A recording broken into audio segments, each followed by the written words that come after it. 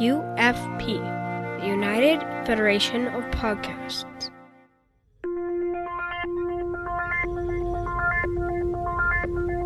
Engage. 78 years have passed since the days of the original USS Enterprise. Now a new Galaxy starship has been designed.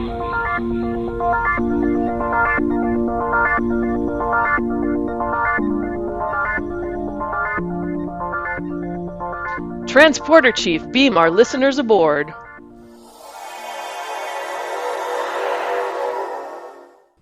Welcome to Galaxy Class, a Star Trek The Next Generation podcast on the United Federation of Podcast Network.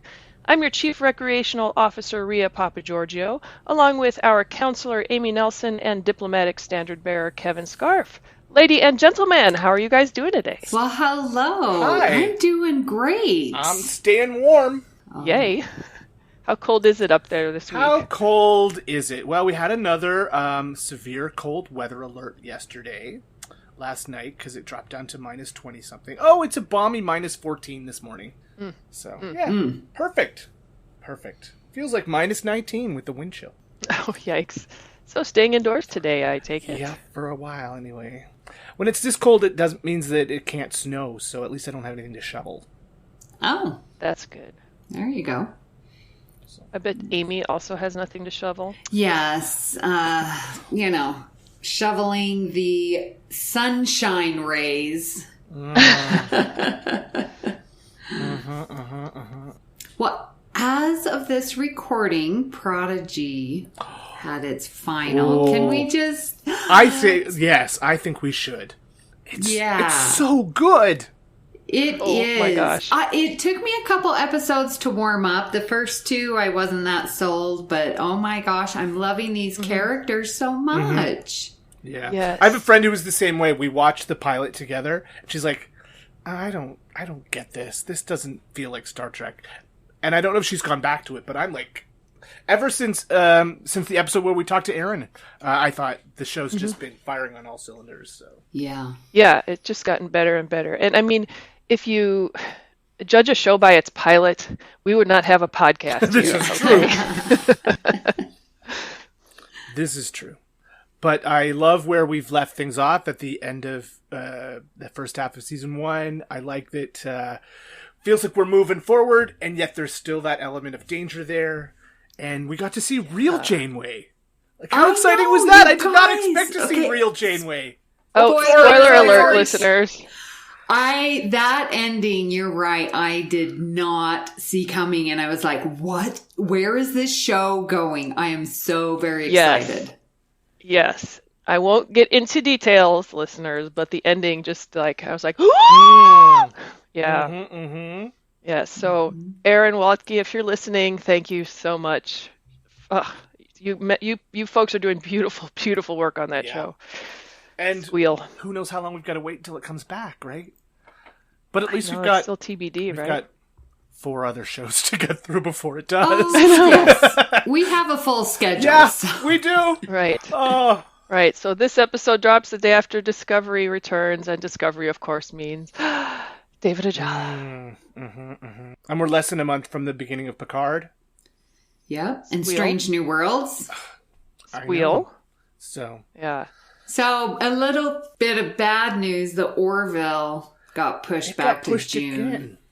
Yeah. Really? It was supposed to come out March 10th, and then it got pushed back. And Well, thanks for letting me know, because then I won't start my Hulu subscription. yeah, don't start it till Thank later. I did see a Good, trailer good. for it, and it looks really good, and it's not a show I've ever watched. The graphics look amazing. Oh, yeah. So. It will definitely, Kevin, you'll get those TNG vibes. Okay. I think you'll like it. I will. You've convinced me. I will add the Orville to my watch list. We get it on Disney Plus Yes. here. Oh, so. nice. Yeah. Lucky dog. Yeah, Amy wrote me into it, and I do not regret it. My prediction for season 3 is that the Cisco comes back to find that his wife is now serving aboard the Orville and has had a couple kids and moved on without him. It'll be a crossover. I actually know what you've done there. I know what you're done. Yeah. Yes. Oh, good. You heard it here first, folks. Excellent. Well, let's check the communication array to see if we have any comments from our listeners. Logs accessed. Well, regarding our most recent episode, our This Is My Trek with Noah, Mark White, my co-host over on All Good Things, writes, I was the most excited to hear this interview. Out of all the Star Trek people I met at STLV, Noah really was the most warm and welcoming. He also knew who I was before I even approached the table, LOL. I 100% was not expecting that. Someone, random person named Rhea, commented, Mark White, do tell that story. So Mark obliged and said, I came up to the table and Noah asked if I wanted anything in particular written with the autograph, and I said I couldn't think of anything. Then I'd mentioned that I conversed with him online before, and he looked up from the table and said, You're Mark White, LOL. I said yes, and he thanked me for being one of the first fans to reach out to him after his first appearance on Discovery. And that's what I had said meant a lot to him, because he was concerned how his performance would be received. We ended up talking for a bit, and we still chat every now and then on Facebook and Twitter. Nice. That is so sweet. Yes. That's just like, we're so lucky to have Noah on the other side of the table now, because he really is one of us. Yes. Well, and that's what I felt like with Aaron, too. Yes. You know? Yeah. I mean, the people who are creating Star Trek right now are fans like us. And it just adds that another level of excitement to Star Trek. It does. And that's why it's so good. We are in such good hands with this franchise right now. And these guys have to walk a really fine line, too. They can't just be giving the fans everything they want, because they need to broaden the audience, too. Like, the number of people who watch the show has to be larger than just us core fans. So, I mean, I know if you go on any of the Star Trek message boards, you see the trolls, and they're out there. You gotta, just ignore them and do what you're doing, and I think they're doing a great job right now. So yeah, and they really run a risk, like Noah said, if it's something you love and then you actually see how the sausage is made, you really run that risk of it ruining something that you love. And no, it's good to know that we have great people, good quality people that are taking care of this franchise. So also from the Federation Council chambers, someone posted a Sub Rosa meme with Beverly Crusher that says, I did fall asleep reading a particularly erotic chapter in my grandmother's journal. To which Paul Wright Jr. responded, that is the cringiest line ever uttered on Star Trek. And Alex Ortega responded, still better than Shades of Grey. I will disagree with you on that, Alex. Oh. Yeah. I can't wait until Sub Rosa comes up in our Batleth battles. Oh my gosh. I may have to recuse myself from that episode. Oh. As this is a family show. Well, then it might just get voted through. Yeah. If you're not there to sway the vote. we can always stock the podcast with major Beverly Crusher fans and kick Rhea off and bring Christos on for that particular episode. See, now Rhea, you need to learn from my mistake, because one of the times I wasn't there for the Batleth battle, all good things lost. You'll never live that down, you guys. Yes, but the loss won on the last Batleth battle, so yes. We're still hearing from our listeners about how I know you did us wrong. How wrong we are. Yeah, okay. Payback, as they say. Listeners. This is the captain. Senior officers will report to my ready room immediately. Listeners, today we're joined by prolific makeup effects artist and makeup department head, known for such movies as 300, Fast Five, Get Out, Us, Big Fish, Jackass the Movie, The Cabin in the Woods, Conan the Barbarian, It Wants Blood Too, and countless other movies and television shows that I would be here all day listing. Oh, and some Star Trek. Star Trek Voyager, Star Trek Into Darkness, Star Trek First Contact, Star Trek Insurrection. Scott Wheeler, thank you so much for joining us today. Nice to be with you. Rhea, I'm curious, how did you meet Scott? Well, that's a funny story. Yeah, which is even funnier how you even ended up there in the first place. So it was on the set of It Wants Blood 2, which is a James Balsamo film starring, of course, Star Trek fan and fan fiction actor Bill Victor Arukin. And I just kind of fell into all the whole James Balsamo stuff through Bill, who I met at a Star Trek convention. But Scott, how did you get roped into It Wants Blood too? Well, I was at the South Point Casino watching NFL playoffs. And between games, I went over to get something to drink, a diet soda from the gift shop. And he was walking by, and I noticed that he had a Tales from the Crypt shirt on.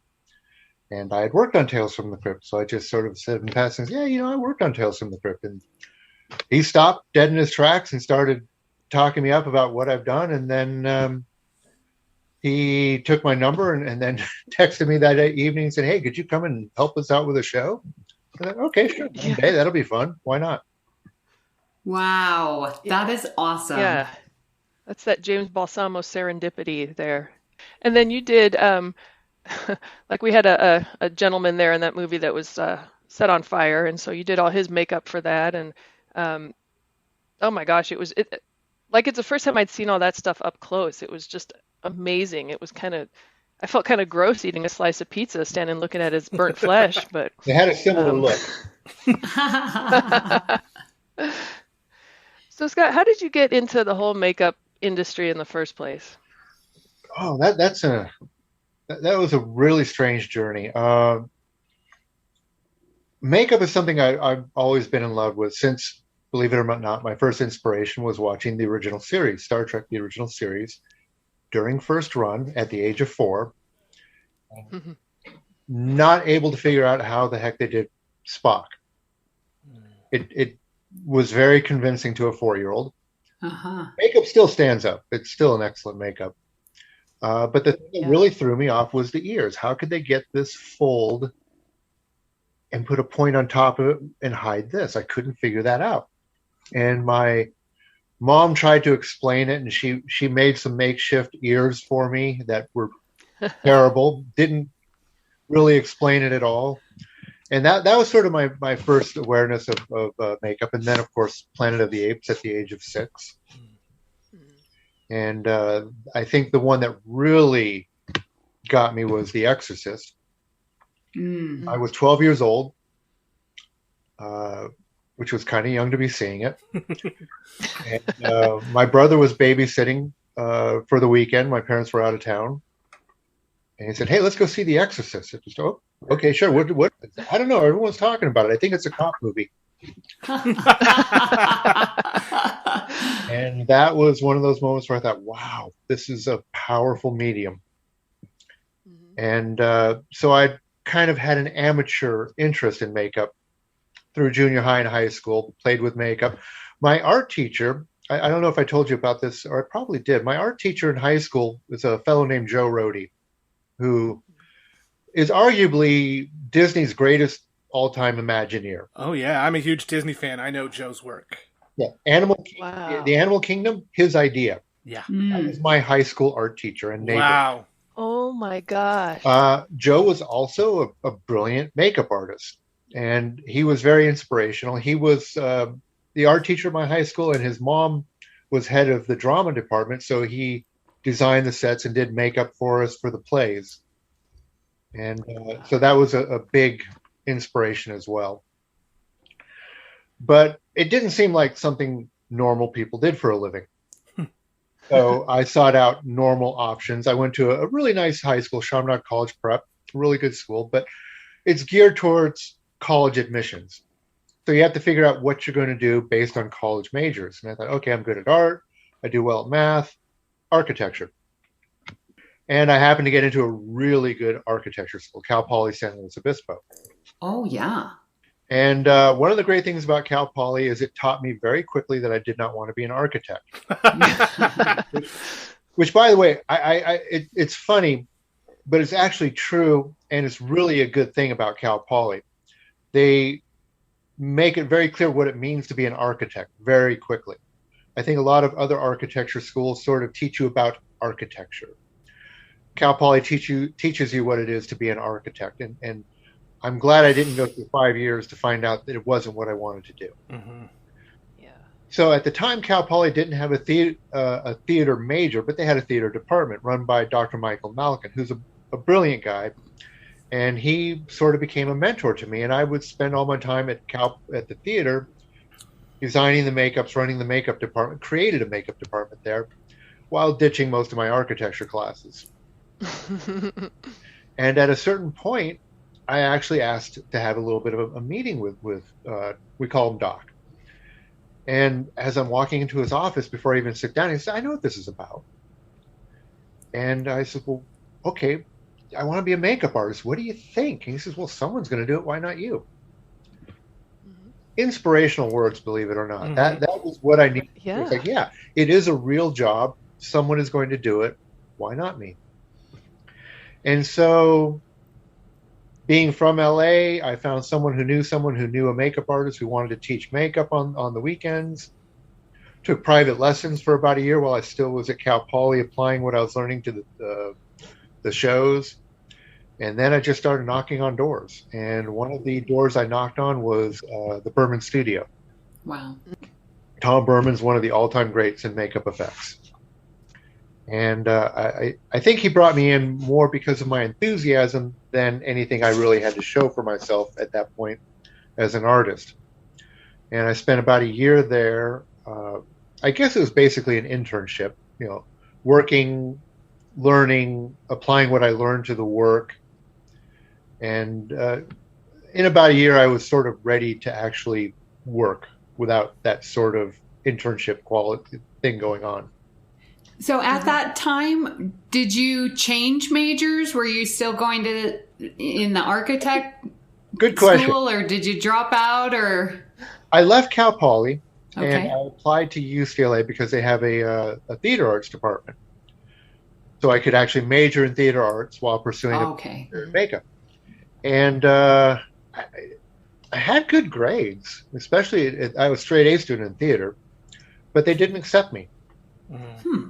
And so I quickly applied to Cal State Northridge during the summer. And during the summer is when I started the Berman Studio. So I'd left Cal Poly. We're on summer break, waiting for the next term, wherever I was going to go to school. And so in that 3 months working at the Berman Studio, and then I also did a feature film that was sort of a quasi-student, quasi-real feature film in the evening. So I'd all day at the Berman Studio, all night doing straight makeup on a movie. And that went on for about 2 months during the summer. And I applied to Cal State Northridge and did not hear from them one way or the other by the time the term had started. So I applied to Pierce College, which is a junior college, took 2 classes. They were both terrible classes, so I dropped out of them. And I was still working at the Berman Studio. So about 6 weeks into the first semester at Northridge, I got my acceptance letter. And at that point, I thought, do I really need a degree in theater arts at this point? I'm doing what I want to do. Mm-hmm. I'm on the path. And so I've always said that I didn't drop out of college. College dropped out of me. Oh, yeah. They left me at the altar. They did. Oh, no. They did. And that's when your work experience takes over and, yeah, you're doing what you want to do. Mm-hmm. Yeah, there was nothing I was going to learn finishing a degree in theater arts that was going to be nearly as relevant as what I had already. And I don't want to give the wrong idea. My college education is huge in terms of how it impacted me as a makeup artist, particularly architecture. It's really strange. There is an amazing parallel between the process of design in architecture and in makeup. See, if you're a fine artist, generally speaking, you just think, okay, I want to sculpt something or I want to paint something. But as an architect and as a makeup artist, your design skills have to be applied towards a specific problem, which involves a different kind of process. Mm. So if someone hires you to design a house, you can't come up with a theater. Mm. If someone wants you to do an old age makeup, you can't show up with a monster. You have to apply it to other people's needs. That's fascinating. That's something I'd never thought of before. And when we met a couple of weeks ago and you were talking and telling some of your stories, and never even occurred to me, but obviously there is a thought process that goes behind, how the makeup is designed and what the purpose of the shading and dark and light and the use of prosthetics and everything. Yeah, I mean, that I guess there is a lot of architecture in that. Yeah, in fact, my process, which I derived from architecture, is taking in what the material is, mulling it over, sometimes coming up with key words that associate a visual to what's on the written page, thumbnail designs, and then developing those ideas. And that's how it works. That is the standard process for designing an architecture. And I would assume that what works on one person's face isn't going to work on everyone's face too, right? You've got to take the people you're working with into account, right? It depends on the nature of the makeup. Okay. When we're talking about Star Trek aliens, they pretty much can adapt almost any face. Right. Mm-hmm. When you're doing an age makeup, it's pretty tricky to take pieces that are built on one face and put them on the other, although it does work sometimes. But it's very situational. That makes sense. So, Scott, interesting enough, I teach high school, and my art teacher, photography teacher, showed me some pictures because she went to a AP art studio professional development, and they were teaching how to do these prosthetics and like what you do, special effects and stuff like that. No, makeup effects. So we do have a lot of students that are interested in going into that field. We have digital media and this, the arts portion of it. What would you encourage someone going that way? What advice would you give them? I absolutely would. A lot of people in our business discourage people from doing it. And I think that's very unfortunate. You don't know how good someone can be when they're in high school. Right. If you had looked at my work in high school, you would have said, nah, this guy doesn't have a chance in hell. And rightfully so, but you just don't know how much someone's going to develop. When I was in high school and being the Joe Rohde sidekick, there were two of us. A fellow named Alan also was really into it. He may have been a little bit more into it than me. I don't know. We were both really into it. And he didn't pursue a career in makeup, and we're still friends. And he said something that just really, it kind of broke my heart, where he said, God, I wish I'd at least given it a try. And if it's something you really want to do, if you're passionate about it, if you don't try, then you already know your answer. It's no, you're not going to do it. Yeah. The problem is if you never give it a try, if you don't go all in, you're going to live with that for the rest of your life thinking, what could have been? I don't think there's any shame in anyone giving it a try and finding out that it's not for them. At least they get it out of their system. But to want to do it and not try because people are discouraging, that's... Yeah. It's one thing if for whatever reason, someone else tells you no, life tells you no, whatever. But if you don't try, you've just told yourself no. You've killed your own dream. Exactly. And it's easy to forget how impressionable people are at that age. Before I went to Cal Poly, I actually went one semester to the University of New Mexico on an athletic scholarship. And good school, not nearly as good as Cal Poly. Sorry, UNM, but good school. At any rate, I was really interested in makeup. And so I took the stagecraft class, and they have a theater major there. So there were people there who were really serious into theater and acting. So I felt very much like a neophyte amongst them. And I remember there was one student there who was coming back to college. He had done some acting in soap operas. And so I thought, okay, this guy knows his stuff. He knows the business. And I approached him once and said, I'm kind of interested in being a makeup artist. He didn't say a word. He just laughed.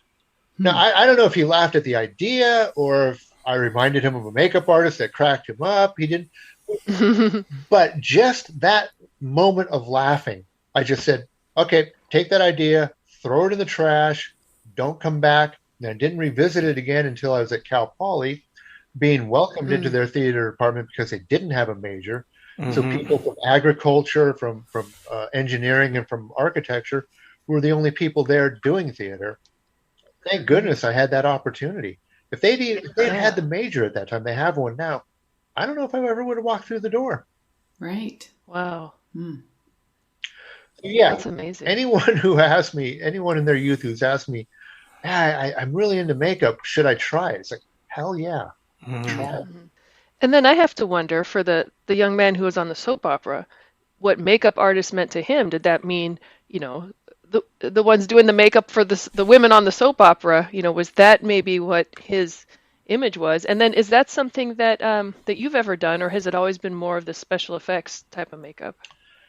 I couldn't tell you what his impression was. It was one of those moments where I felt so awkward even asking, that when he laughed, that was the end of the subject. Yeah. And by the way, he was a nice guy. I don't think that there was anything malicious there, but that just shows you how impressionable someone can be. Right. And I was in college at the time. I wasn't even in high school. But as far as the straight makeup, I actually started with straight makeup. My initial lessons were with a makeup artist in the union named Rod Wilson, who was a great straight makeup artist. His specialty was beards. He did beauty makeup. And interestingly enough, on that one, on my first lesson doing beauty makeup, I had a rough day. And as you can see, I wear glasses, and I did not bring my glasses that day. I should have. And I really wasn't quite understanding what he was teaching me about beauty makeup. And he later told me that at the end of that day, he was really close to saying, this isn't going to work. But he figured he'd give me one more try. So what he did was, the next lesson was going to be the acid test. He was going to teach me how to lay beards, because that's one of the hardest things to do in straight makeup. And he figured if I failed at that, then it's time to show me the door permanently. Turns out that Joe Rohde was great at laying beards. And I learned how to lay beards from him just by watching at Chaminade doing theater. So come to the next lesson, and Rod Wilson's pretty convinced that I'm just going to fail miserably, and he lays a beard on one side of our subject's face, and I do it on the other side, and perfect match. And his jaw hits the ground. How did you do that? You're a savant. This is amazing. And then after that, I became Excellent. That's awesome. So now, as your makeup career progressed, how did you make that turn into Star Trek makeup? Well, let's see. At the time, I was doing a lot of horror films, so many of which have these cult followings that are constantly surprising me. And a friend of mine, Camille Calvé, was working on Star Trek Deep Space Nine on staff. And she was recommending me to Mike Westmore. I didn't know this. But I was working on Tales from the Crypt Demon Knight. And I got a call from Star Trek saying, hey, we'd like you to come in to day check. Day checking on a big show like Star Trek means you're not on staff, you're not a regular, but they have a big background day, so they need extra makeup artists to come in for the day. And so, of course, I couldn't do it because I was full-time on Demon Knight. And then they called again the next week and said, hey, could you come in for a couple days? Couldn't do it. So we just finished Demon Knight that week, and we were going to do the wraparounds with the Crypt Keeper, and everyone on the crew was going to be in that scene as themselves. So that's all we had left. We weren't actually doing any more makeup effects at that point. And they called again. And I just thought, I can't turn them down 3 times in a row. They're going to stop calling. So the person I was working for on Tales from the Crypt, a great guy named Todd Masters, I don't know if you guys have heard of him, great makeup effects artist. And we're really good friends. Always enjoyed working with Todd. And he said, you're not going to come back. I said, what are you talking about? They asked me to go work for 3 days. I'll be back next week. And so I said, okay, but that's it. I'm never going to see you again. And I think he's nuts. So I go there and I just day check the first day doing background. And then Mike Westmore comes in and says, yeah, I hear you sculpt. I said, yeah, I sculpt. So, hey, could you sculpt some stuff for me? And so I do some sculptures for him. And then the next day I come in and do another background character and do some more sculpting. And then on Friday, after doing the makeups for that day, I get him his coordinator, his department coordinator, comes into the room and says, Mike wants to see you in his office. I'm thinking, oh man, what did I do wrong? Go see the principal. It wasn't too scary because Mike Westmore, I don't know if you know him, he's really one of the nicest guys on the planet. And it's not like you'll see him at conventions and you go, wow, this guy's really nice. That's real. He really is that nice of a guy. To a fault, he is nice. So I go into the office and he says, have a seat. I'm thinking, oh, what's going on here? He says, well, we got the new show Star Trek Voyager coming up. Well, yeah, I know. I've heard about it. So I want you to join staff. And then he gives me a complete rundown on the benefits, makes it a really nice sales pitch. He says, it's Friday. You don't have to give me an answer. You got the weekend. Think about it. Todd was right. Wow. It just never went back. Oh my goodness. Yeah. Todd came back to us though. Todd Boston Studios built the Borg costumes for First Contact. So we did get to work together on First Contact, which was really nice. So was that kind of a natural flow from Voyager? You were on staff there, and so when First Contact was made, did they use a lot of the existing staff? No, I was the only one on the Voyager staff. And there's a couple of reasons. For one thing, back then, episodic TV was 26 one-hour episodes a season. It takes about a week and a half to shoot a one-hour episodic TV show at that level of production quality. If you do the math, that comes out to about 40 weeks. So if you stay and do the movie, you are literally working the entire year. Wow.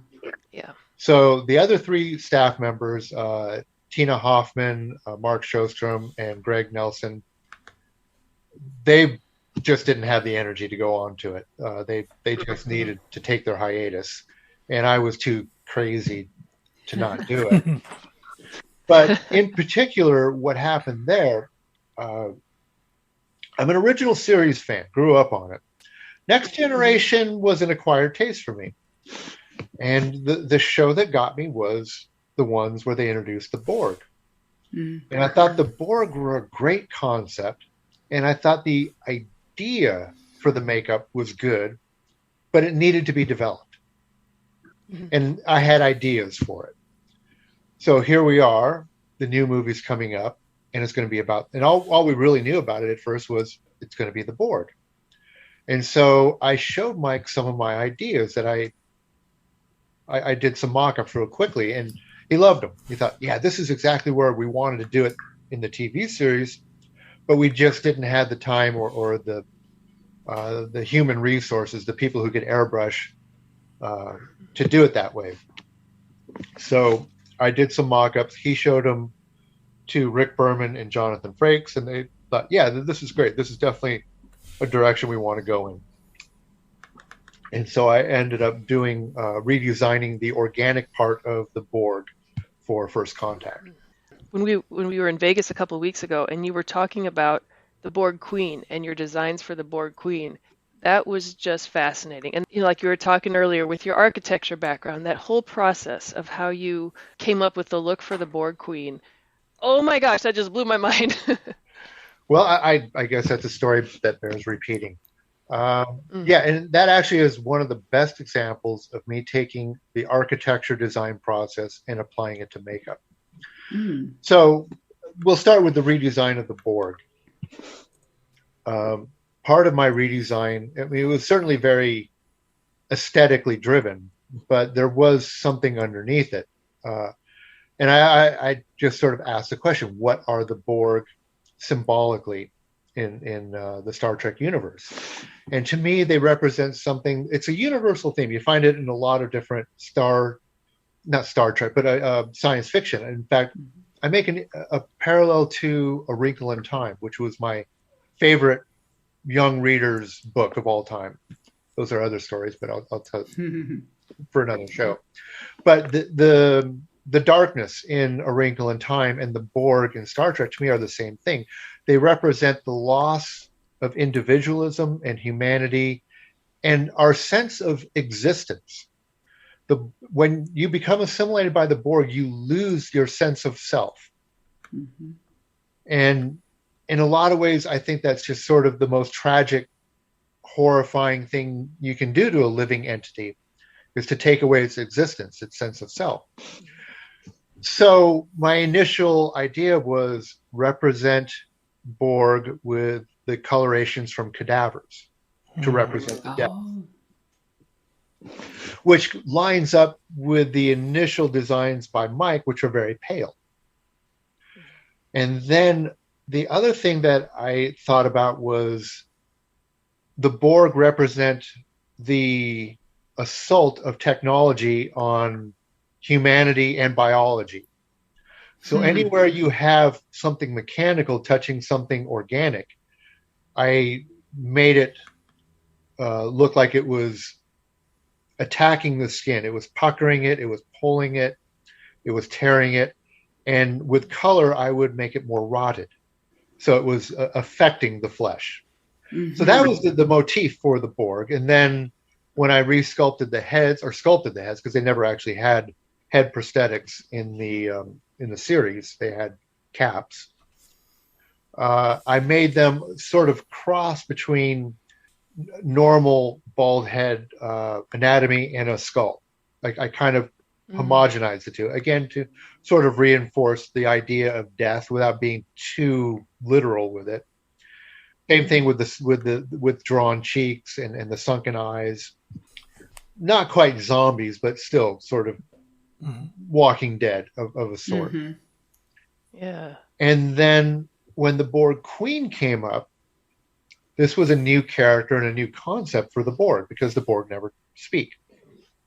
And the reason they created her was they felt that you can't have an antagonist without a voice. Mm-hmm. Mm-hmm. Her description in the script was 2 words. And I hate to say I don't remember exactly which 2 they were. It was either hauntingly beautiful or haunting beauty. Same thing, though. Yeah. Hauntingly beautiful. So I asked myself, why would she be hauntingly beautiful? I probably could have gone and asked Brandon and Ron, but I didn't. I just sort of came up with my own reasoning for it. And I thought, well, she's the mouthpiece for the Borg. In the movie, she seduces Data. So I think what she represented in this weird way was this sort of allure.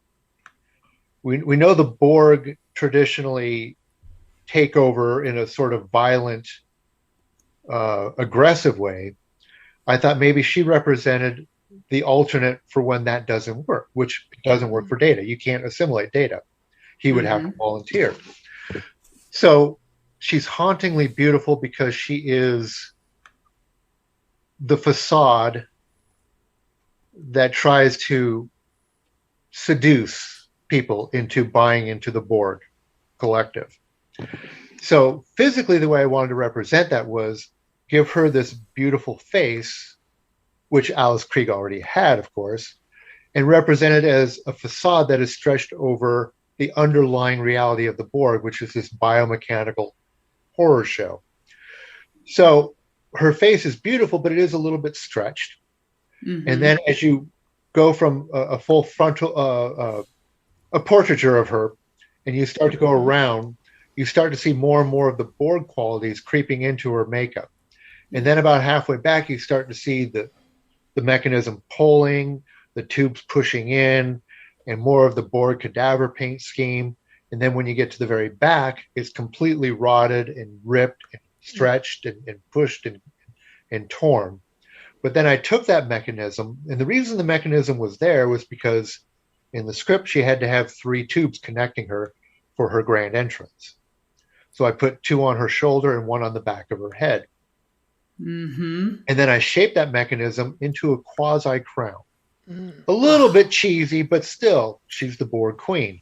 And also gave me an opportunity to give her a really nice, elegant line in profile. And so that was basically the design of, and the concept behind the design of the board queen.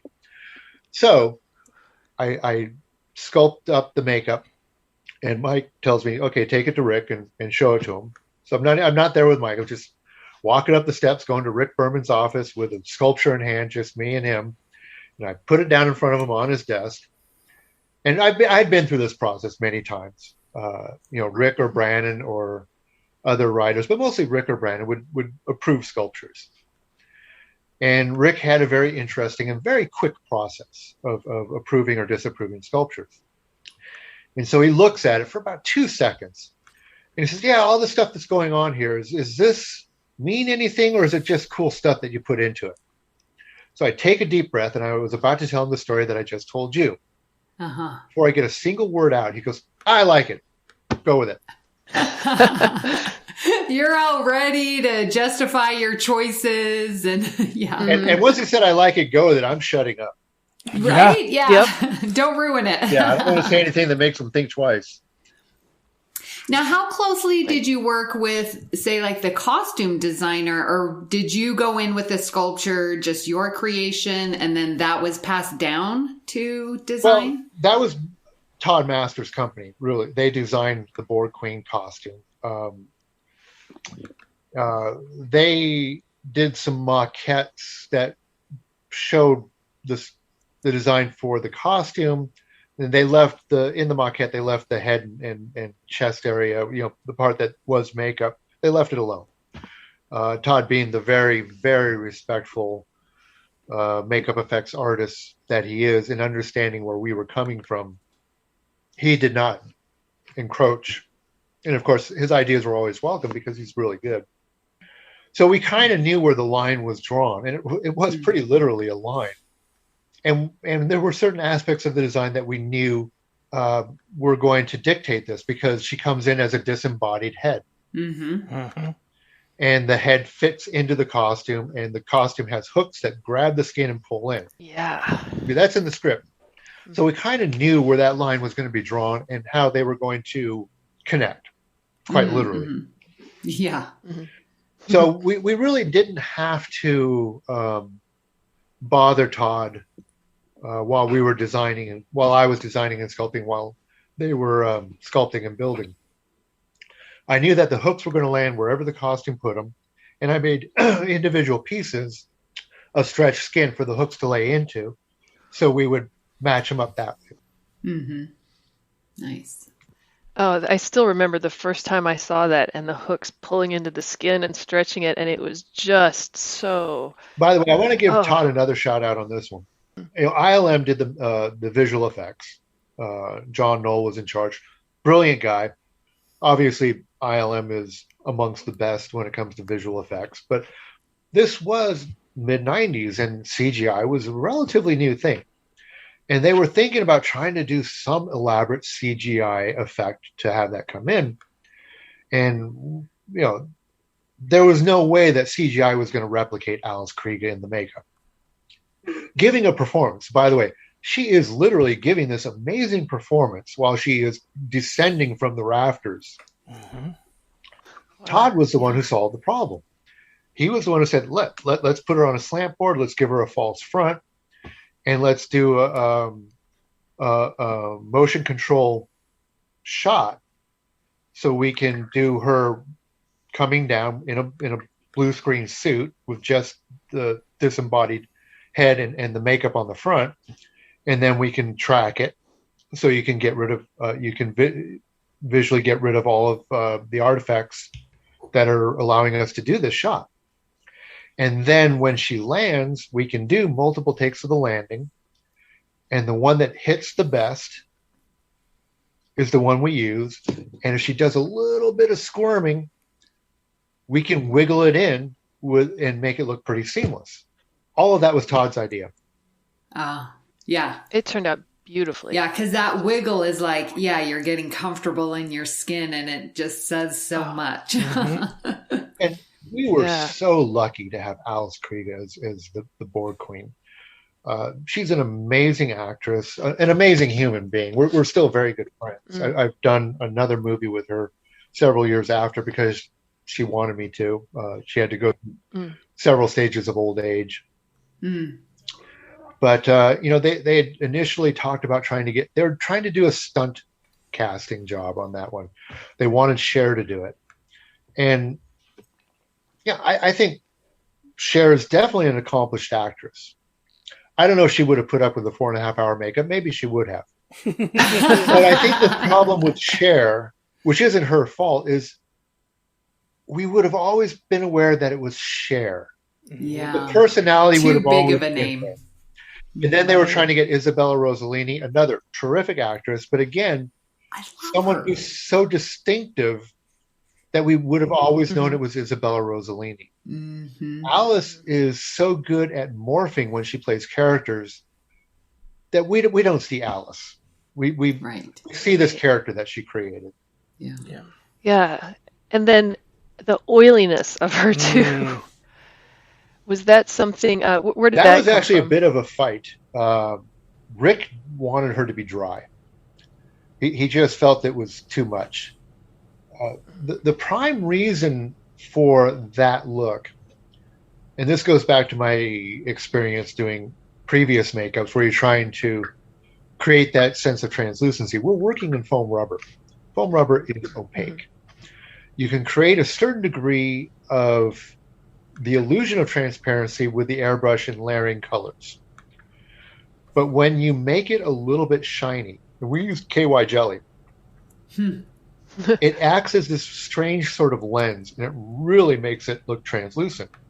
And so the primary reason for using it was to create that effect of translucency in the skin, but it had the additional creepy quality to it. Yeah. And when you talk about all the thought processes, how you came up with the different aspects of the Borg Queen, as you're saying them, it's like, oh yeah, the crown, oh yeah, it's all this stuff that we pick up on subconsciously, but never I had never appreciated all the thought process that goes into this, and the oiliness too. That always got me because it just made her, machines aren't oily, machines are dry, and organic tissue is oily, and especially if you're Greek, greasy, but so it just leveled up that contrast of her organicness in contrast with the machine, and just oh my gosh, yeah, I have goosebumps right now. The Borg Queen, you guys hit it out of the park. But we needed to make her sexy and horrifying at the same time, and that's a tricky line to walk. Luckily, we had Alice, who, aside from being a beautiful woman, knows how to play sexy in a way that isn't just cheap. Yeah. She does an amazing job. Yeah, walking that line. But yeah, going back to the oily, we know that the Borg like to have it, warmer and more humid. Was that sort of taken into account with the oiliness, or was it just more that you wanted that look of translucence? Yeah, that was a coincidence. Okay. It was very much about the translucency and the untouchable quality that it had. See, I have to think that in that time frame, the mid to late 90s, Star Trek must have had the largest makeup teams in Hollywood. Yeah, we did. What? Yeah. So when Star Trek started winding down in the early 2000s, did that create this glut of makeup artists that didn't have jobs to go to, or was there enough work to go around even after Star Trek sort of wound down there in the early 2000s? Never really thought about that. I didn't. Good question, Kevin. Yeah. We found those of us who left after Voyager and those who left after Deep Space Nine. The exodus was by stages. Right. It was at its peak. We had Deep Space Nine, Voyager, and movies crossing over. Of course, we were high. There were a lot of people who were working for us, but on a big day, we could hire as many as 50 makeup artists but that's a day player's job. So none of those people were depending on Star Trek as their primary source of employment. Right. The staff at its peak, we had 2 people in the shop, of course, Mike, and then we had 4 staff on Voyager, 4 staff on Deep Space Nine, and 2 individuals who did personal work for cast members. So, what is that? 13 people? Right. So we only had 13 people who were had a contract for being full-time employees. Right. Now we had another group of about 7 or 8 people who pretty much did work full-time because of the daily extra work. Mm-hmm. So we weren't really putting a lot of people out of business by the time Star Trek was winding down. And a lot of those people who were not full-time, they were there for extended periods of time, and then they got other jobs, new people came in. There was a lot of we went through a lot of different makeup artists over that 20-year period. Right. And it must look good to have Star Trek on your resume when you're a special effects makeup artist. I don't know that it's that big of a feather in the cap because there's so many people that have been through there. Yeah. Almost like a rite of passage. Yeah. Then. I mean, it certainly didn't hurt, but Right. yeah, I'm not sure that it was one of those things that would open a door. Like you could be just the guy who's gluing ridges on Bajoran noses, right? Like you could be someone who's coming in the evening and cleaning them off. That's true. Oh, yeah. We had cleanup crews. Yeah. That was usually the initiation. You started in cleanup, then you graduated to application. Wow. So how long would Alice Krige be in the chair before and then after? Okay, for the movie, we had a technical glitch. When they did her life cast, the hair department, Alice Krige had a lion's mane when it came to her hair. It just thick, long, wavy hair. So they had to do a very tight wrap. And Alice is one who doesn't complain until it's too late. And even when she complains when it's too late, it's usually because it's like causing a physical problem. Like the first run of the suit was cutting off her circulation. Her hands were going numb. They had to recast the suit and make it softer. That's a problem. Likewise, the wrap that they did for the life cast was too tight. So the head when we did the hair wraps for her for the makeup, her head was now bigger, and the piece didn't fit. So I had to take about an extra hour to finesse the whole back of the head into place and have it line up because the overlaps were very continuous. So I couldn't compromise that. So her makeup took about 4.5 hours for the movie. Now, when we came back and did the Borg Experience, and when she came back for Voyager, she had cut her hair. She still had long hair, but she had much less. So when we did the wrap, these pieces now fit. And the makeup went down to 3.5 hours. Oh, wow. Which is still a long time. But it was amazing how much finessing that first piece on took. Wow, yeah. So with Insurrection and Into Darkness, were there any interesting makeup effects challenges with those? Either of those movies? Well, Insurrection, they threw 3 new alien species at us at the last minute. And luckily, I had this. One of the things I would do as a staff member of Voyager is I would sculpt new makeups for the alien that was coming up that week. But then on a slow week, I would just go up there and I would sculpt concepts. And I had this one head that I was working on that I really was into. And I worked on it for a couple years off and on. And Mike would come in and he'd look at, I think that's great, but we got to save it for something really good. And a different character would come up for Voyager, and I say, well, how about this? He goes, no. It's not right for this one. Let's save that for something. There came a point where I was beginning to think that Mike probably didn't like this makeup. He's just being nice. So come to Insurrection, and we had, I forget the name of the species, where they're the comic relief at the beginning of the show. They were played by little people.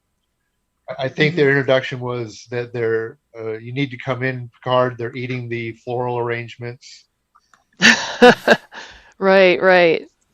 So I don't remember what they're called. I forget what they were, but we used that sculpture for those characters, and so same head for every one of them, and then different faces for the different characters. So I had to sculpt those faces in.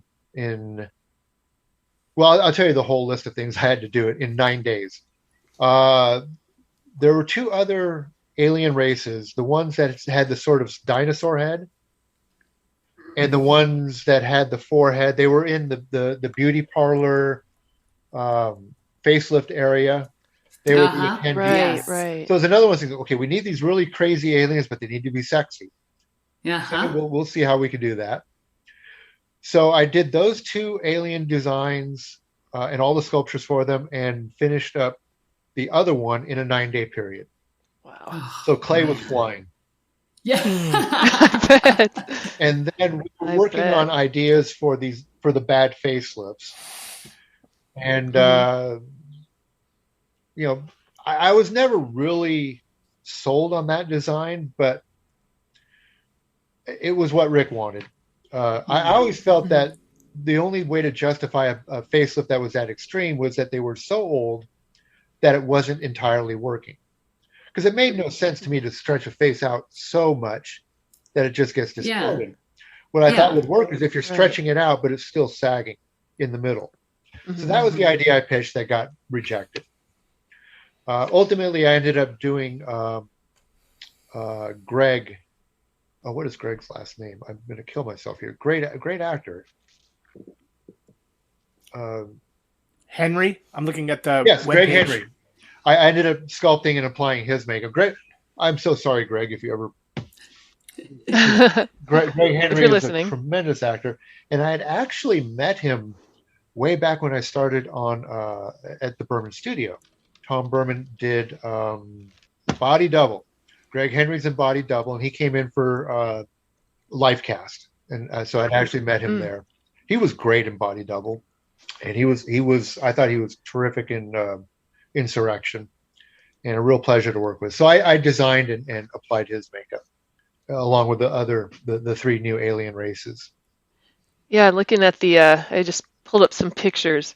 The bad guys and the stretched skin, and that was another one where it was just so eerie, kind of body horror-y, and just makes me think, how much did your horror background come into play doing some of these, like the Borg Queen and the Sona? Probably more than I really wanted it to. Yeah. I thought that the concept would have worked better. I still like my idea better. Mm-hmm. Not to be too egotistical about it, but I just thought that it made more sense psychologically that they would be going overboard with these facelifts if they weren't working. Yeah, the only thing that I have in my mind that sort of, sets that straight is like, it must feel good to them. That's why they continually do it over and over again. So that's how I think of it. Because you're right. It doesn't make sense. He looked completely fine. And why does he go through all of that? I don't know. Oof.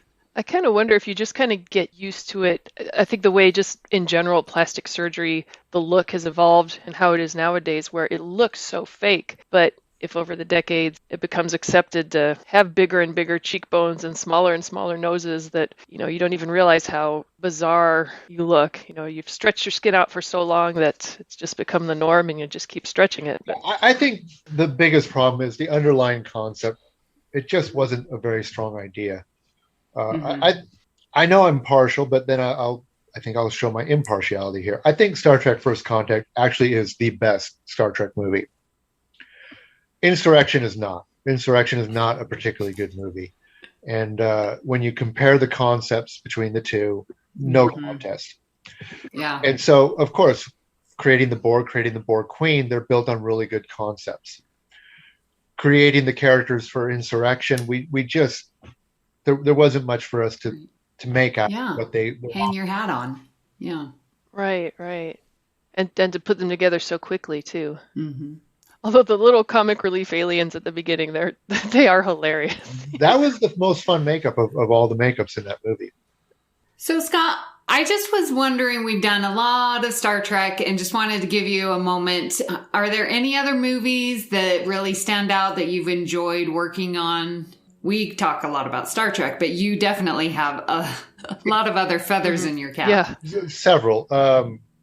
300 was an extraordinary experience. I know that there are differing opinions on 300. I think 300 is a phenomenal movie. And I think from the script on up, it's Shakespearean. It's opera in the form of a movie. I think conceptually the idea of it being our imagining what the Spartans' story would be if they could tell their own story of that event was really spot on. Better than trying to be literally historically accurate, which you can't. The history is very sparse. It comes from Herodotus, which we quoted Herodotus left and right in the script, and great job of maintaining that style of dialogue. But when we were doing it, and I thought the script was strong, we were a couple weeks into shooting it, and our stills photographer had taken his stills and given them to Grant Freckleton, who was he had a unique position at the time. He was the digital art director of the show. So he was the one who was creating the overall look of the film and doing the composites in post. And so he took those stills, applied the process that we were going to use for the film, for the look of the film, and composited them with backgrounds. And he put up about 20 plates for the crew to look at. And I walked by and I looked at them, and it's just like, my God, this is high art. And I grabbed the crew, the makeup crew, which we had a pretty big crew. And as a department head, I said, come here. Look at this. This is what we are doing. Every one of you need to take a step back and cherish this moment, because you are working on a movie that is truly special. And rarely do you know while you're working on a movie that is truly special that you are. So cherish this process. We're doing something. We may never do something this good again in our lives. And I think I was right.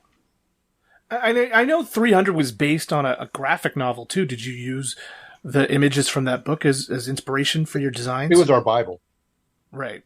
Zack Snyder's whole primary directive was, we are going to do this graphic novel. We are going to bring this graphic novel to life. So all of the designs were derived from the graphic novel. Very cool. Other movies that there have been a couple art house movies that I really loved being a part of. The other movie I did with Alice Krieger called Skin. Terrible name. Sounds like it might be porn. Sounds like it might be horror. Beautiful movie. It's a true story of this woman in apartheid South Africa whose biological parents were white and she's black. And it's you couldn't write it if it was fiction. It wouldn't make sense, but it's true. She was there. We met her. We saw footage of her parents. It was just one of those things, recessive genes coming, just a mix of genes. But she is a black person. Now, she's a fair-skinned black person, but you would never look at her and say, mixed race, maybe? No. Wow. Yeah. So this is her true story. And it's one of the most compelling stories I've ever been able to read or see. And Anthony Fabian, the director, he did such a tasteful job of presenting it without preaching about racism. The story does the preaching for itself. And so it's an amazing movie. And Alice Krieger plays the mom, and Sam Neill is the dad. And it was an amazing experience to make that movie in South Africa, where these things actually happened, with a lot of Afrikaans actors who lived apartheid. We had this one moment. We were about halfway through shooting the movie, and Tony put together a rough cut, and we screened it for the cast and crew. And her name was Sandra Lang. Her name is Sandra Lang. And so she came and watched basically half of her life story. And when we were done, of course, one of our actors, Danny Kehoe, great South African actor, it hit him so hard he had to step outside. He was in tears. But we all turned to look at Sandra because, like, okay, this is your life story we're portraying. And she sat there and she smiled for a minute.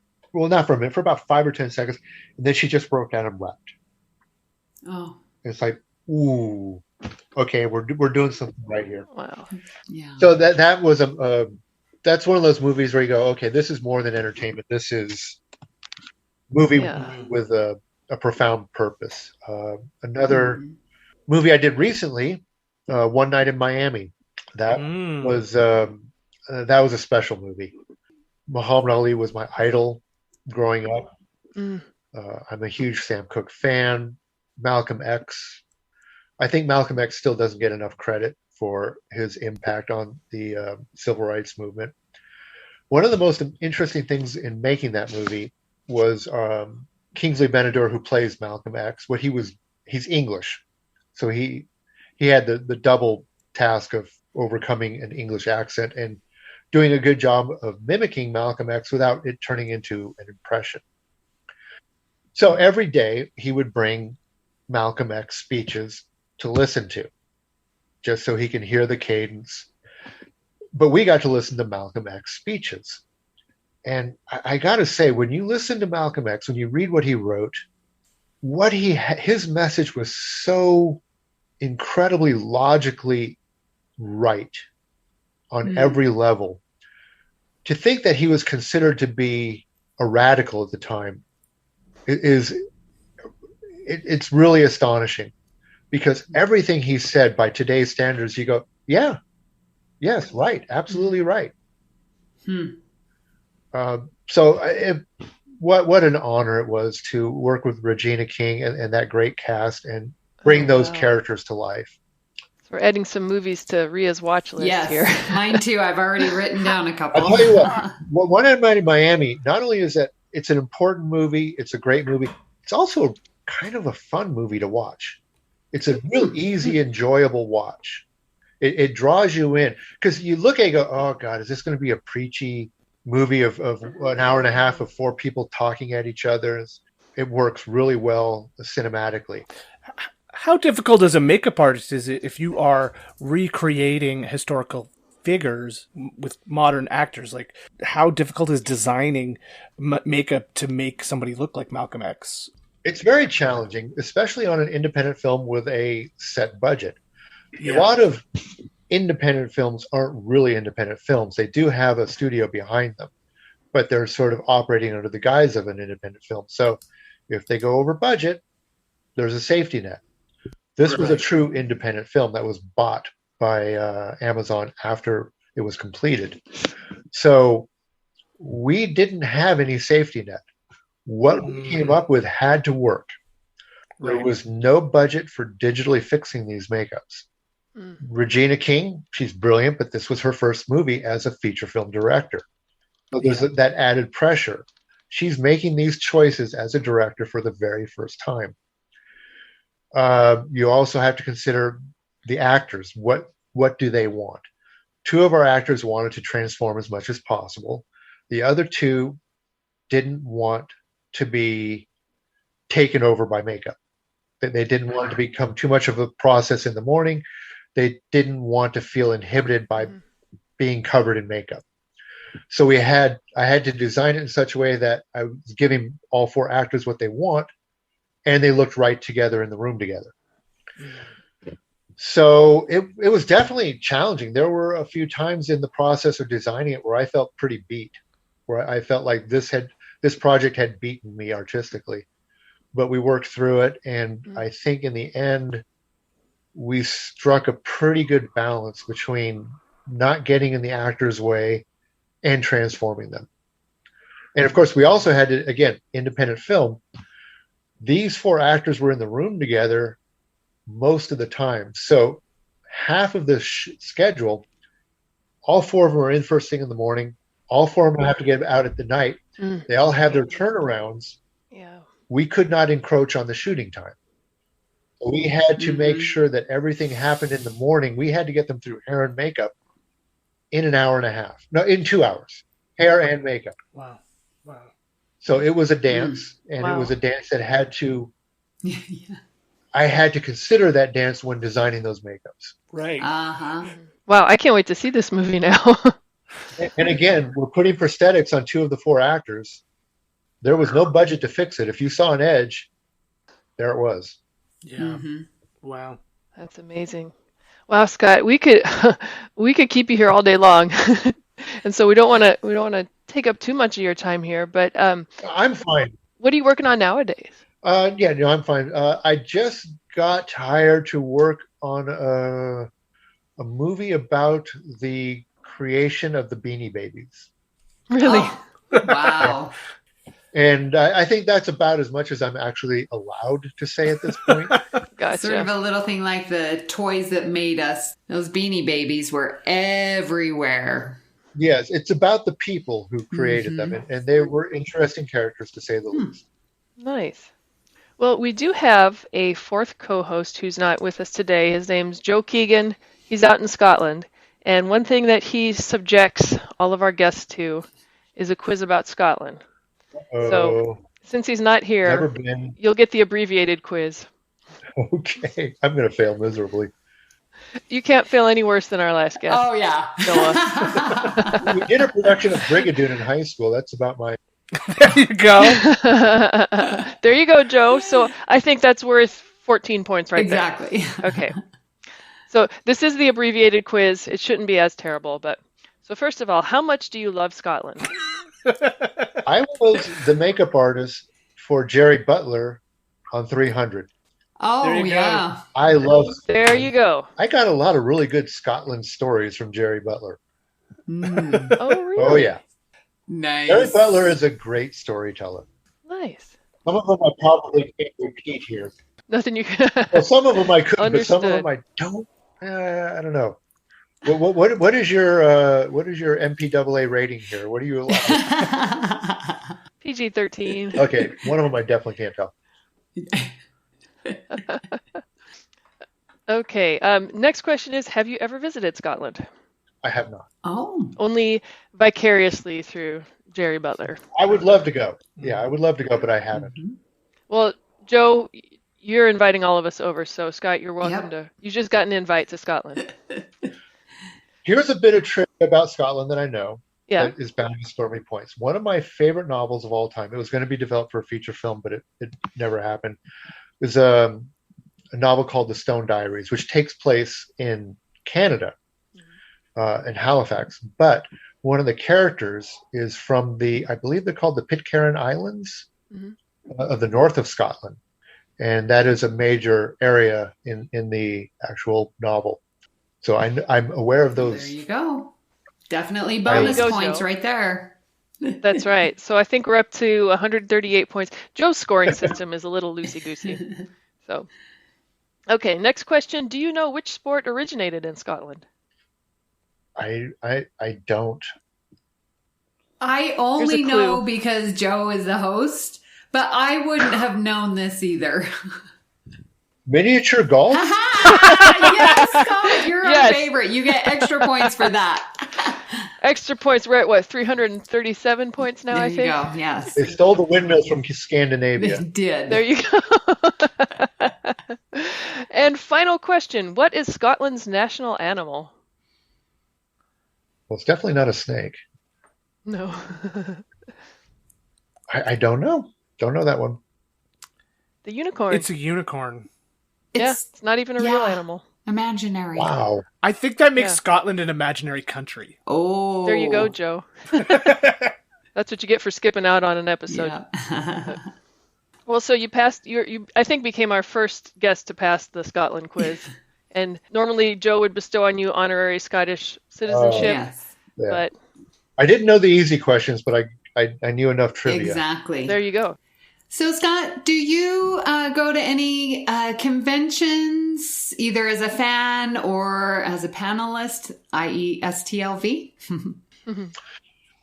I went to one of the creation ones when I was here living, after I'd started living in Las Vegas, to say hello to friends. Yeah. I worked with the cast of Star Trek Voyager for 7 years. And, I did Johnny. He's Ethan Phillips officially. His real name is Johnny Phillips. Oh, He couldn't call himself Johnny Phillips because John Phillips of the Mamas and the Papas already had that Screen Actors Guild name. So he took on his favorite nephew. I shouldn't say his favorite because I don't want all his other nephews to be jealous. But he took on his nephew's first name, Ethan, for his Screen Actors Guild name. So to me, he's Johnny Phillips. And we're still very good friends. Johnny Phillips is one of the funniest human beings on the planet. He would call me up at 2 a.m. to tell me the latest joke. We had, when you work together for 7 years, you develop routines to entertain yourself. Some of our routines on Voyager got very convoluted over the years because we had to find ways to make it funnier again on season 3 than it was on season 2. But when we get to season 7, it's getting weird. One of my favorite routines, Johnny used to come up to Robbie McNeil. I love the cast of Star Trek Voyager, each and every one of them. I'm not saying that to be politically correct. I think the world of each and every one of them. Robbie, certainly no exception, a wonderful guy. And good-looking guy. He's a movie star. Yeah. And Johnny would come up to him and say, "Yeah, Robbie, you're a good-looking guy, but once those looks go," and that became an ongoing routine. And I remember like a year later, Robbie was at craft service, and he walks up to craft service by and says, "Yeah, once my looks go," and just doing the routine, it becomes a thing. And some of the routines, PG-13, we can't get into them. One of the things we used to do, they all had action figures after season 1. And we didn't want to let their egos get out of control. So we got all the action figures, and we would, we being me, I would create little tableaus that were way beyond PG-13. We actually still have the pictures of them. And for their amusement and humiliation. And that crew being the great crew they were, they loved them. They came to look forward to them. But we had a couple interesting close calls. One of our executive producers, Jerry Taylor, who is a lovely person, but someone that you wouldn't walk up to and tell a dirty joke to. So she was bringing her niece and nephew, who were, I think, 8 and 9 at the time, on a tour of Voyager, and they're coming into the trailer, and I literally had to dive to wipe out the tableau. And so that was one close call. Another one that wasn't a close call, when I was working with Alice, I introduced her to the tableaus, and she loved them. She thought they were hilarious. So every day we'd have a new, just horrible tableau. Really, like porn stars would look at this and go, "Oh no, that's wrong." And so we're in there, and I'm doing the makeup, and it's towards the end of the shooting, and Rick came in to thank Alice for all of her hard work and tell her what a wonderful job she's doing. And as he's doing that, he looks over and goes, "Hello, what's this?" I had left one out. And we both kind of went, "Oh, I don't know." He goes, "That's interesting." And then he carries on as if nothing had happened. And that was one of those really funny, awkward moments. And I thought Rick had a great sense of humor about it. This was about conventions. I love going to the conventions to say hello to all my old friends from Voyager and the other shows. I got to know Brent and of course Jonathan, because he directed the movies, and a few of the others from Next Generation, and even some of the Deep Space Nine folks I got to know because they were just across the alley, and every now and then Mike would have me go over there and do some of the more complicated makeups that were new makeups for that show. I did a number of old age makeups various actors over there. Got to work with Tony Todd. It's Tony Todd. Yeah. And I love to go to the conventions and catch up with my friends from Star Trek. Yeah. Well, Garrett sometimes lives in Las Vegas also as well. So. Yeah, Garrett. Love Garrett. Awesome guy. Yeah. I always thought it was funny because if you look at Garrett and Robbie, their characters, their personalities were the opposite. Like Garrett was much more like Robbie's character, and Robbie was much more like Garrett's character in real life. I always got a kick out of that contrast. Well, we also make appearances at conventions every now and then. So especially in Vegas. No, they're fun to go to. I'll tell you, one of the things that always amazes me is the cosplay and the work that people who are not professional makeup artists put into recreating things that I did, and it's always fun to see that, and it's I feel very honored by it that someone would go into their garage and put in all that work to recreate something I did. I do get a certain special kind of joy out of seeing that, just like having trading cards and action figures of work I did. That I love that means a lot to me.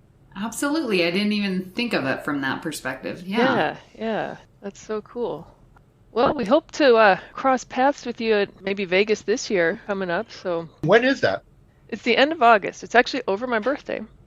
Last weekend of August. It's at Bally's this year instead of Rio. Yeah, I don't know what my life looks like at the end of August. So hopefully I can be here for the weekend. Do you know? That would be great. Who are they focusing on this time? I mean, usually there's a theme or a focus on these. Well, the Nemesis is having its 20th anniversary, so I think they're planning on having a showing at STLV during the time. But I don't know if it's a show per se. And of course, it's not, Yeah, I don't know if Creation 56-year mission can have a theme like that. I don't know. They're not official anymore. Yeah. So. How much has that hurt them? We shall see. Is this the first year it's going to be a creation without the official back? So here's what's interesting, Scott, is that the official Star Trek convention that's happening in April up in Chicago is almost being surpassed as far as marketing goes by the Creation Convention for STLV. Oh, yeah, which I know we're not supposed to call, but everyone knows what I'm talking about. So it's been interesting to see all that's been coming out for Creation with all the guests. They've already got 40 guests lined up. In Chicago, they have 5 guests lined up. So who do they have lined up for Creation? That's a long list. I don't want to take up your time. I'm looking at it right now. William Shatner, George Takei, Kate Mulgrew, Zachary Quinto, Jerry Ryan, Sonequa Martin Green, Doug Jones, Tig Notaro, and Ron Perlman are your headliners. Well, I definitely got to go because I know most of those guys. I actually worked with Ron Perlman on Conan the Barbarian. The version that nobody saw, that's actually not a bad movie, starring Jason Momoa as Conan before he was famous. Oh. He did a great job as Conan. Actually, wow. I got a funny Jason Momoa story. Okay. So Jason is actually on one level a very sophisticated artist. I believe that he can be very insightful. He's emotionally connected to his performances. He's not an idiot, but he has his moments where he is kind of this happy, let's go drinking meathead. So one of those moments, we were in Bulgaria, and we all had company cell phones issued to us. So we all had a list of phone numbers. We can call anyone on the cell phone. So he calls up one of my guys, Dave Snyder, who was working with us on the makeup effects team, who did Zach Quinto's makeup as Spock. A little bit of a connection there. And calls him up at midnight, and this is my memory of Dave describing the conversation. So he calls him and goes, "Hey." And Dave says, "Hey, who's this?" "Jason." "Jason who?" "Conan the fucking Barbarian. Who do you think?" "Oh, Jason. Hey, yeah, this is Dave Snyder. You may have dialed the wrong number. Okay, catch you later. So after that, in this facility in Bulgaria, in his dressing room, where his name was Jason Momoa, we changed that sign out and put Conan the fucking Barbarian. Yeah. And Nice. Jason loved it. He's damn right, I am Conan the fucking Barbarian. Nice. Yeah, I'm really excited. Zachary Quinto, like this is going to be our first major movie star non-series actor to come to a convention. Yeah. No, and Jerry Ryan's a good buddy of mine. I'm looking deeper into the guest list too, and your pal Ethan Phillips is going to be there as well. Nice.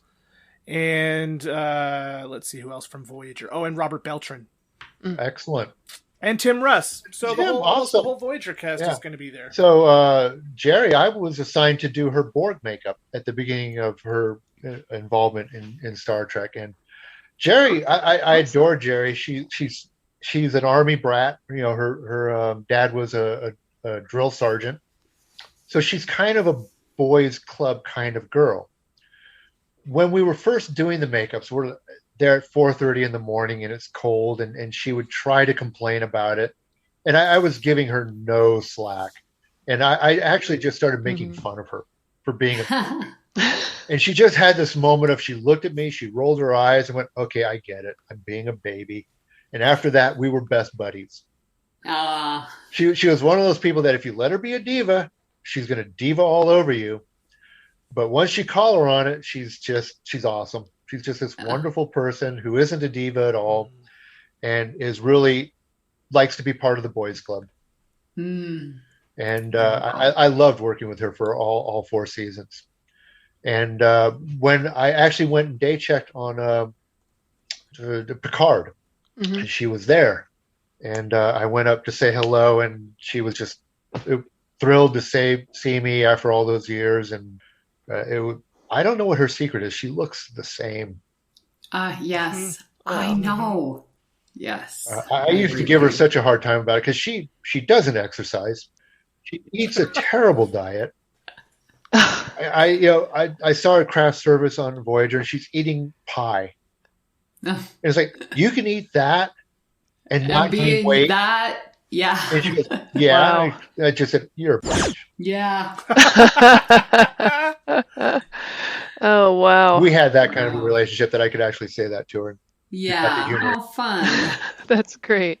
That's great. And I was going to ask if you had any involvement with any of the new Star Trek series Just that were a little out. bit of day checking here and there, but not much. Yeah. Yeah. And Kate's coming.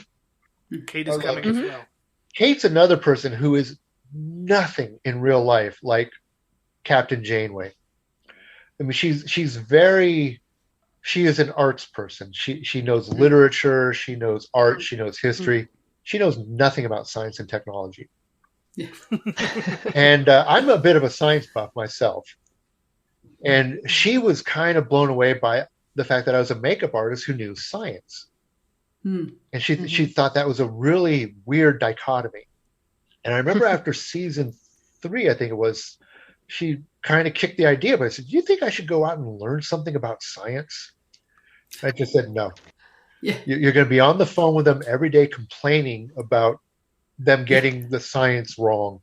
Yeah. You're better off not knowing what you're saying because you do a great job of selling it. And, the one person who did know was Bob Picardo. Bob Picardo was pre-med at Yale playing a doctor.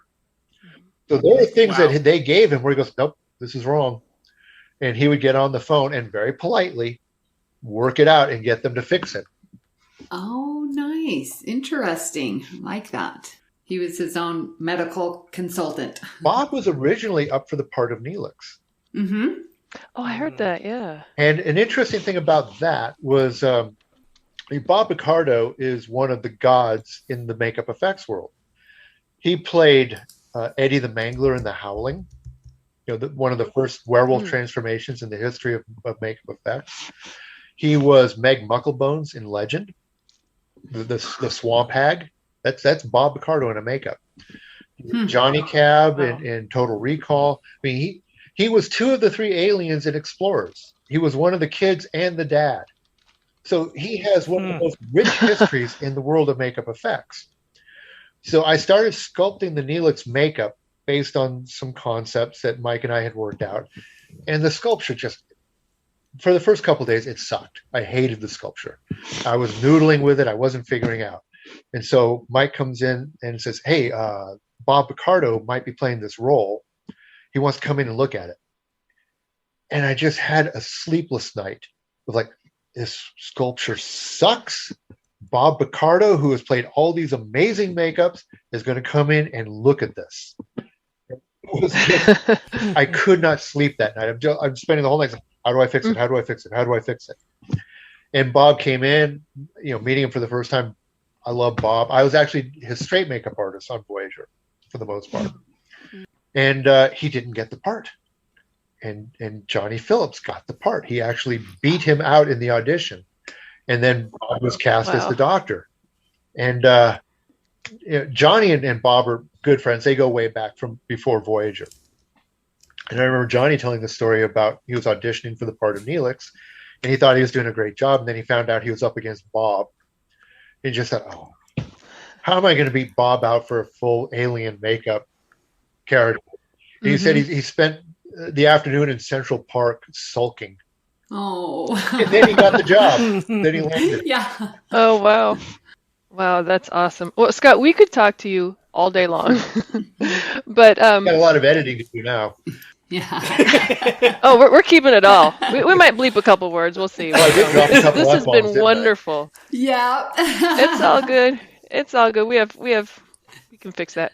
No, but it's been wonderful having you. I know our listeners are going to just love this, and we might even have to have you back sometime. Okay. But I mean, your stories are just I'm gonna give you amazing. One more if you got time for it. Sure. Jerry Ryan, Johnny Phillips. What an Jerry Ryan loved Johnny. He was the guy who could make anyone laugh, and she loves to laugh. So there was an episode of Voyager. I don't remember the name of the episode, but Neelix is imposing this Talaxian celebration of family on the crew called Prixin. Anything Talaxian always has an X in it. And so during the rehearsal, he's explaining in the scene what the Talaxian celebration of family is to 7 of 9. But in the rehearsal, as a joke, he comes in and says, Jerry goes, what are we doing here? He says, well, this is Prixin, the Talaxian celebration of penetration. Prixin! Oh my gosh! Jerry laughed so hard that we had to go fix her makeup because she cried. Oh no! The camera operator laughed so hard that he bumped the camera out of place. We were down for about 20 minutes because it was such a funny bit. Oh my gosh. Oh goodness. He would do that time and time again during rehearsals. He'd just make a little tweak and kill us. Yeah, I've seen him like on panels at STLV, and he's been on the Star Trek cruise, and just, yeah, he is quick-witted and sharp as a tack, and will be saying funny stuff left and right. Don't matter who you are. Oh yeah. That's awesome. So, Scott, if our listeners have any questions for you or want to find you online, can they? Where are you out there in the interwebs? Very present in social media. I need to. I don't blame you. Me either. Well, it's not some grand design. I'm just an older guy who doesn't know how to do it very well. I just got my first smartphone beginning of the month. Wow. Wow. Okay. Very good. I would kiss your attention span goodbye. So far, I'm so unfamiliar with how to work it that it hasn't been an issue. That's good. Well, we hope we'll see you at STLV or the 56-year mission or whatever it's called. Yeah, I will either be there or I will be busy working, which would be a good thing. Yeah. Got my fingers crossed. Yeah. There may be a project with Adam Driver coming up that would take me out of the country. Nice. If he chooses to do the project, I probably already said too much. But I had the pleasure of working with him on a movie called White Noise. And that was good. well, it hasn't come out yet. Oh, You haven't okay. seen Then I was thinking of something else he was in. Okay. But Sorry. I think it is going to be good. That was quite an adventure. And Adam is a brilliant actor. And I loved working with him, and I guess he liked working with me enough to invite me back on the next one, if it happens. Yeah. Well, cool. Well, fingers crossed for you. Yeah, Scott, this has just been wonderful. I would love to bump into you out there in Las Vegas, but this has been so good. Your stories have been great. I loved how you gave me more of the thought process behind the Borg, and now she's so much more meaningful now. So thank you so much for taking the time. Awesome. Oh, you bet. Incoming transmission. We'd love to hear your thoughts on today's show and hope you'll join the Facebook group Federation Council Chambers. You're welcome to start conversations with us, share funny memes, or add any general Star Trek info you want to share with the group. If you would like to send us an email, please email us directly at galaxyclass@ufp.earth, and we'll read your email on the show. You can also follow us on Twitter at GalaxyClassPod. Please hit the subscribe button on Apple Podcasts or wherever you get your podcasts and leave us a star rating and a written review. That helps others to find the show. You can also follow the entire network's podcast with our master feed by searching United Federation of Podcasts. This way you won't miss any of our fine shows like All Good Things, Franchise Fatigue, Always Hold On to Arrow, History with the Szilagys, Mickey's Marvels, Sasquatch, and Infinite Diversity.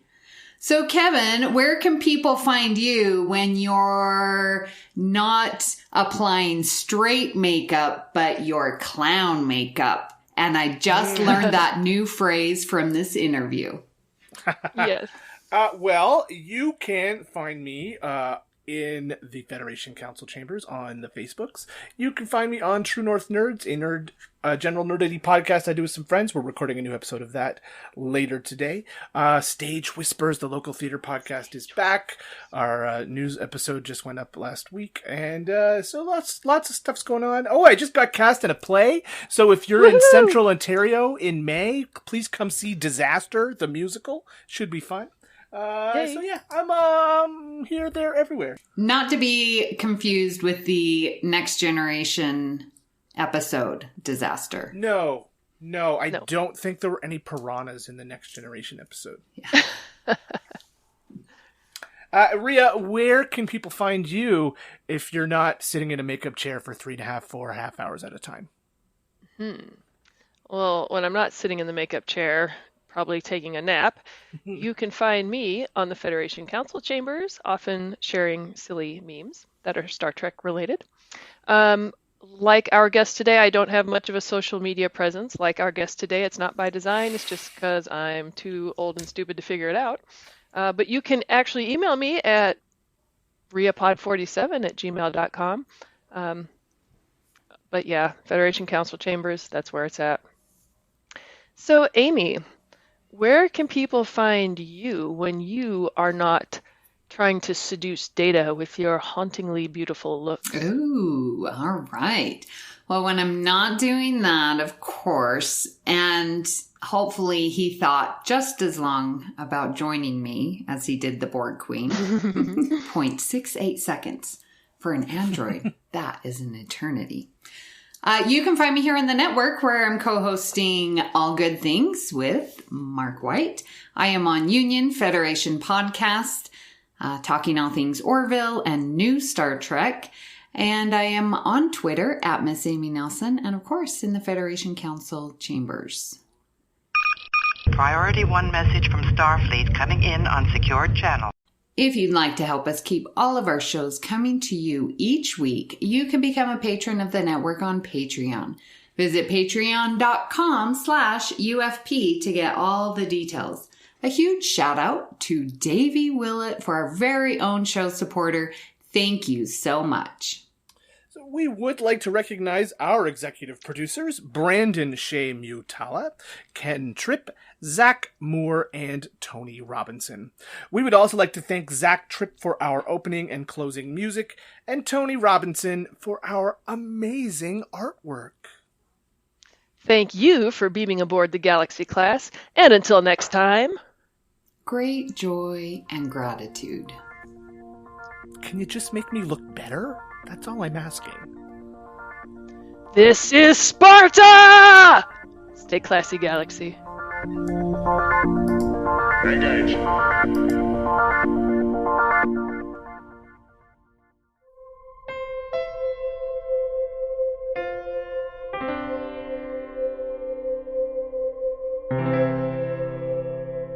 This has been a production of MTMR Media Works.